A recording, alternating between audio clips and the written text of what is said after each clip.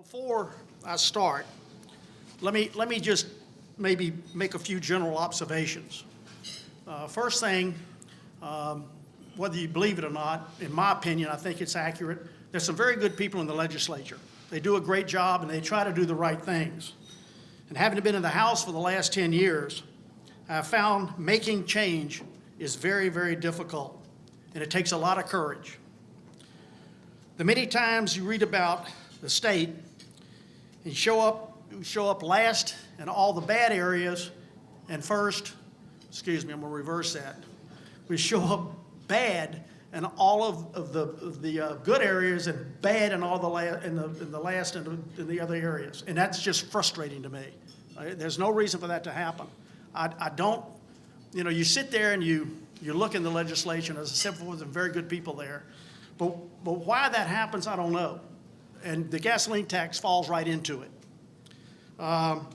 Sometimes I think, for some reason, I don't know why it is, we just want to accept mediocrity. And that's not the right thing to do. The citizens don't deserve that.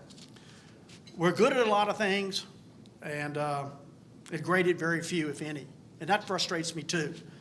And I'll be more than happy to answer any questions after this as to whether or not I'm accurate or not. But that's just my personal opinion, and I talk to a lot of people, and we just, for some reason, don't change and don't do the things we need to do. And that's going to get me to where we are as far as the fiscal cliff. We had a task force, which I thought did a marvelous job, and I thought they made some very, very good recommendations, and nothing ever happened. I've got to applaud Julie Stokes and also Barry Ivy, but it's very lonely out there when you're trying to do it by yourself. If you don't have a coalition, and particularly if you don't have the government behind you on whatever it is that you want to do, it makes it, like I said, difficult. One of the other things that frustrates me about where we are and what we're doing is I'm not sure what the priorities of this state are. We're limited in the dollars that you have, and you would think that you would attempt to try to be, as I said before, great at something. Take a number of years ago, 20 to 25 years ago, North Carolina, their governor decided that they wanted to make higher education number one. And you see where it is right now. They're pretty good in their higher education system. Before I start on the gasoline and a number of other topics that I have here, let me just read something that Jeremy offered. I think y'all may have gotten it. He sent it out just a couple of days ago. And this is a quote from the senior policy analyst at the Tax Foundation. And what they said was, despite the tough politics, 26 states raised taxes on motor fuels in the past 4 years. 26 states. The 8 states that raised taxes this year include Tennessee and South Carolina, deep red states dominated by fiscal conservatives. We've seen more bipartisan agreement in raising gas taxes than almost any other tax out there. Now, I made that comment in closing on the floor and talked about the number of states that had passed gasoline taxes, the number of states that had voted, for Donald Trump. And I can't figure out why some of us, and I've said before, they're really good people in the legislature. They try to do the right thing. But change, again, like I said, is so difficult, and major change is extremely difficult, and it takes courage. It really does take courage. And I really believe that the members of the legislature have courage, but for some reason just can't pull the trigger. And I'm not sure why that is. But it needs to be done. Let me just say one other thing, too, before I get into where I think we ought to go with the gasoline tax and what have you. I'd like to repeat something I said at closing on my bill, and that is to thank the members of the House Ways and Means Committee, in particular those with the Capital Region Legislative Delegation, who showed courage in voting to move the bill favorably to the floor. It did take a lot of courage on their part, and to a certain degree, some of them got beat up a little bit, which I didn't think was fair. And also, given the recent news, I want to particularly praise the thoughtfulness and resolve of my colleague, Julie Stokes. I know she will bring the same kind of courage to this new personal challenge that she has, and I extend her and her family my heartfelt thoughts and prayers. I do want to say a few words as an afterthought. because I think it's critically necessary as to why this issue will continue to be a tremendous burden on our state if it's not addressed. You know, right after this occurred, I mean, it may have been just before the vote, you know, LA1 had a problem. And I was at an event, and a young man came up to me who worked for a company that's just on the other side, maybe in Bruley. He said, let me tell you what happened to me. He said, I had to make a delivery just on the other side of Port Allen. But because my weight limit was too much, I had to drive all the way to the Sunshine Bridge and around just to get to Port Allen to make my delivery. That's sad. But yet we didn't do anything about it. And how about the bridge that's down on LA 30? I mean, what's it going to take? You know, and I said this in closing on the floor, we don't want something to happen like happened in Minnesota, where the bridge collapsed and people were killed. And that was on an interstate. And the same thing on Interstate 40 along Oklahoma. A bridge collapsed. Is that what we want to wait for? I don't want to wait for it. So let me just maybe talk a little bit about some things that I think that we may need to try to do to solve the problem. They're going to be out of the box a little bit, but I really think that these are some things we need to consider. I don't know if you saw it or not on the news, but May, an outfit called TomTom, a national navigation and mapping company, released its 2017 traffic index, which ranked Baton Rouge the 13th most congested city in America. That's ahead of Chicago, Austin, and Houston. Among mid-sized cities on the list, Baton Rouge ranks second worst behind Honolulu. Since Honolulu is just on the cusp of achieving large city status, perhaps next year we'll get to be number one. That'll be exciting, won't it? We may move up also for some other reasons. According to this report, it takes drivers in Baton Rouge 26% longer than it should to drive anywhere in the city, and this is up by 3% from what they reported in 2016. The problem is also not just in the Baton Rouge area. New Orleans scores 20th worst in the nation in this report. And I know you're all aware, because everybody has talked about it, that we have horrible congestion, crumbling roads, and thousands of unsafe bridges. The needs for new capacity and repairs run into not the M, but the B word, billions. According to another report released this year by TRIP, Louisiana's congested and unsafe roads and bridges cost Louisiana motorists a total of $6.5 billion statewide annually, and as much as $2,500 per driver in some areas annually.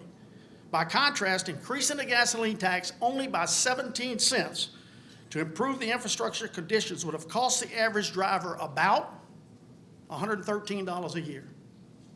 Figure it. It just doesn't make sense to me. What's more, based on conservative analysis, passing the bill in its original form would have created an estimated 65,000 jobs in Louisiana over the next decade and generated $26 billion in economic activity. Put simply, the current state of Louisiana infrastructure is a financial strain for our citizens and an anchor dragging on the Louisiana economy. Instead, what it could and should be a means for achieving greater quality of life for our people and a greater prosperity for our state has failed. I've got 3 areas I'm going to talk about as things that we possibly should consider. One from a state issue, second from a regional issue, and third, you've got to applaud Mayor Broome. I mean, she is at least trying, and she's put out something out there to try to solve the problem in our area here.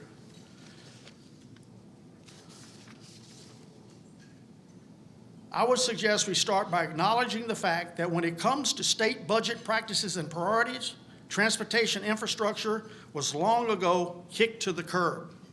Sherry, am I right? The majority of our time in the legislature now is spent on the general fund budget, solving the general fund deficit and preparing for the general fund fiscal cliff. That's all you hear. Spending an awful lot of time on that. Transportation infrastructure, of course, receives $0 from the state general fund. And because of that, based on the capital building logic, it's like we get a free pass to pretend that transportation infrastructure has no needs. Well, you might say transportation already has a funding stream, the existing gas tax. To which I would respond, other departments also have seven separate revenue streams, but still receive general fund dollars to cover the general cost of government, like salaries, benefits, and administration. By no fault of DOTD, those things are forced to be paid out of the gas tax, leaving less for infrastructure.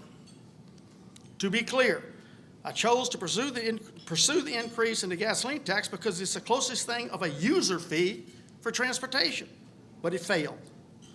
But that doesn't leave us off the hook for addressing the urgent needs.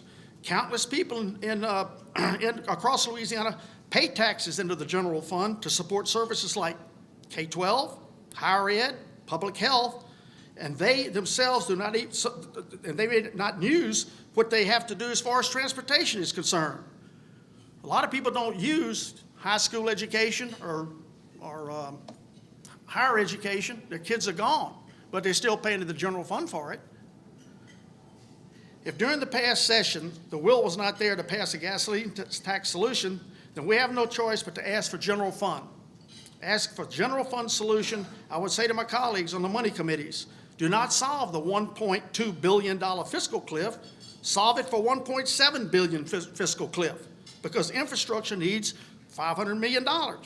Again, some folks might say, wait, that's irresponsible to steal general fund for transportation and make the deficit even worse.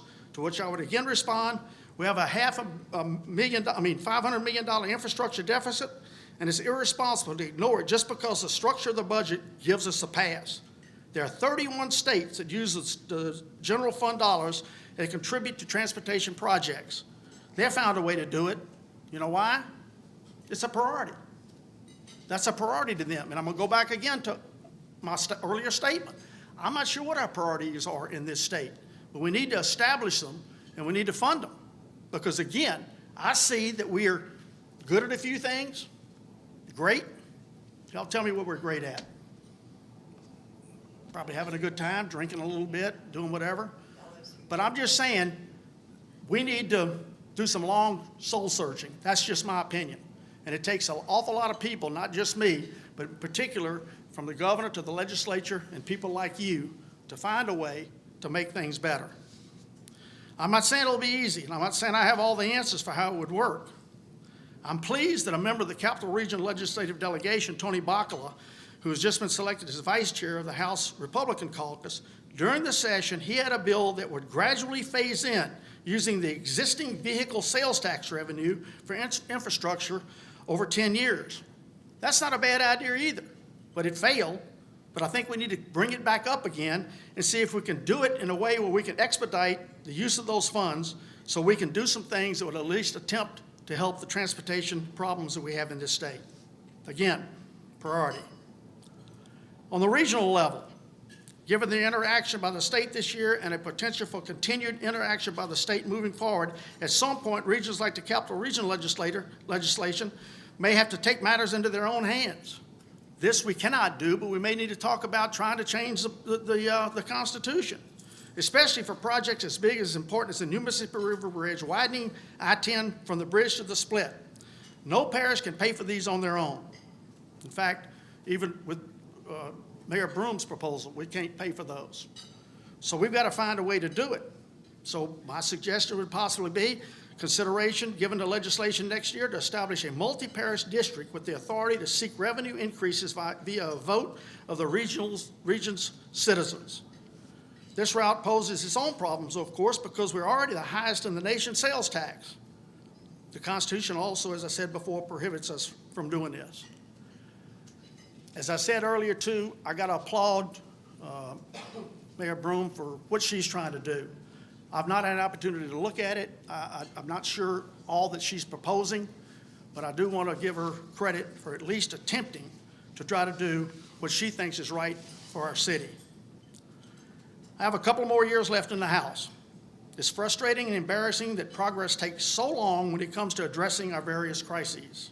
However, we've been able to implement ethics reform, education reform, and in this past session, criminal justice reform. Now it's time to reform our infrastructure investment policies. I don't want to accept mediocrity in this state. Our transportation challenges aren't going away. I personally, as all of you in this room, love Baton Rouge and love Louisiana too much to stop trying.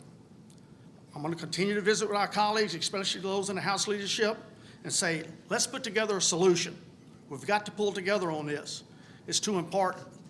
And the main reason it's too important is this year was a critical year for us to try to pass this tax. This coming session is a general session. The next session after that, guess what happens? Election year. The next session after that is what? Fiscal session, a general session again.